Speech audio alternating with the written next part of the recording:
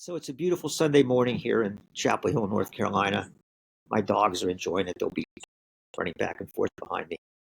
And Sunday's the day that I normally think about what theme am I going to have for the week for my interactions with attorneys.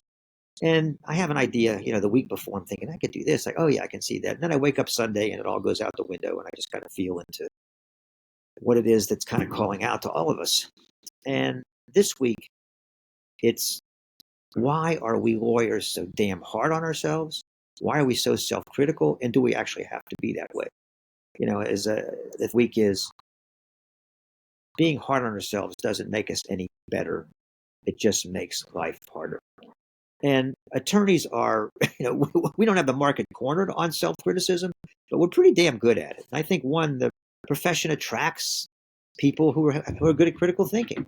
And if we're good at thinking critically about cases and about situations, we also are probably very adept and have a propensity for being critical of ourselves, being critical about ourselves.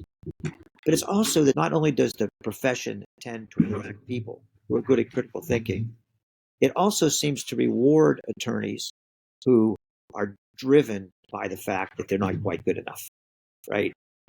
I can't stop here. I got to put a little bit more time in. I got to have one more success. I can't rest. I can't relax. Oh, I know damn good. I know I'm going to fall into this trap if I don't stay up all night and work on whatever it is. However it is, that the fact that we don't feel good about ourselves and we feel that we're faulty human beings, that we're imperfect human beings, that we need to get better, we need to drive ourselves. And because of that, it drives us to do things that we wouldn't normally do, and we seem to have greater success. And this was really driven home. Decades ago, I took a sabbatical from my law practice, and I taught for a year at Florida Atlantic University in Boca. And I had a couple of different classes or groups or whatever the hell they call it, what I was doing. And one of them was a bunch of really high functioning attorneys who were total type A. And one of them was very successful. He was a well-known trial attorney across the state. He was settling a 10-figure case while this program I was putting on was going on. And I got the lawyers, I created the field where the lawyers could relax a little bit and they could let their hair down, which is, by the way, something we do in the webinars, another plug for that. And they were talking about just how hard it is to be hard on themselves. Just they never really had peace. They never could relax. They never knew what was enough. They never had a victory that allowed them to have that exhale. They never really got the validation that let them know that finally they were good enough.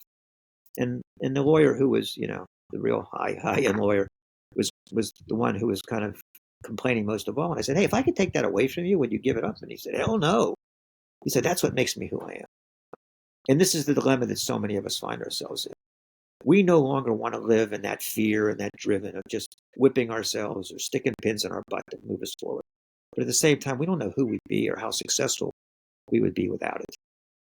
And I can tell you from my experience, and I mean both my life experience, but also my experience, what it means to be me, someone who has spent decades being really, really hard on themselves and has discovered a different approach, a different mindset, a different fuel, a different paradigm, a different way of living, of being driven by love rather than being driven by fear, being driven by a sense of fullness rather than a sense of lack.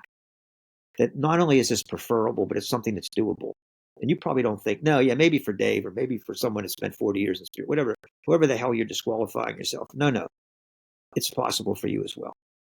And what it requires is for us to let go of that self-critical thinking long enough for something else to start to fill the void until we can kind of catch the wave and have life prove to us that being hard on ourselves doesn't make us any better.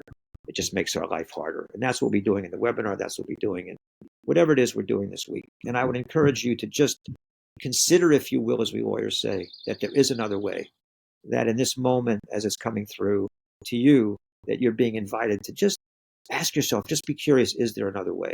And not just accept the fact that being successful means being unhappy and means being hard on myself, because that's no way to live, not being comfortable in your own skin and not being comfortable in your own life. So join me this week in whatever it is that we do, that we can sign up on a webinar, you can reach out to me, whatever the hell feels right. And let's just stop being so damn hard on ourselves and find out that life will become easier and more loving for us, for our clients, and for everyone that we love and everyone that loves us.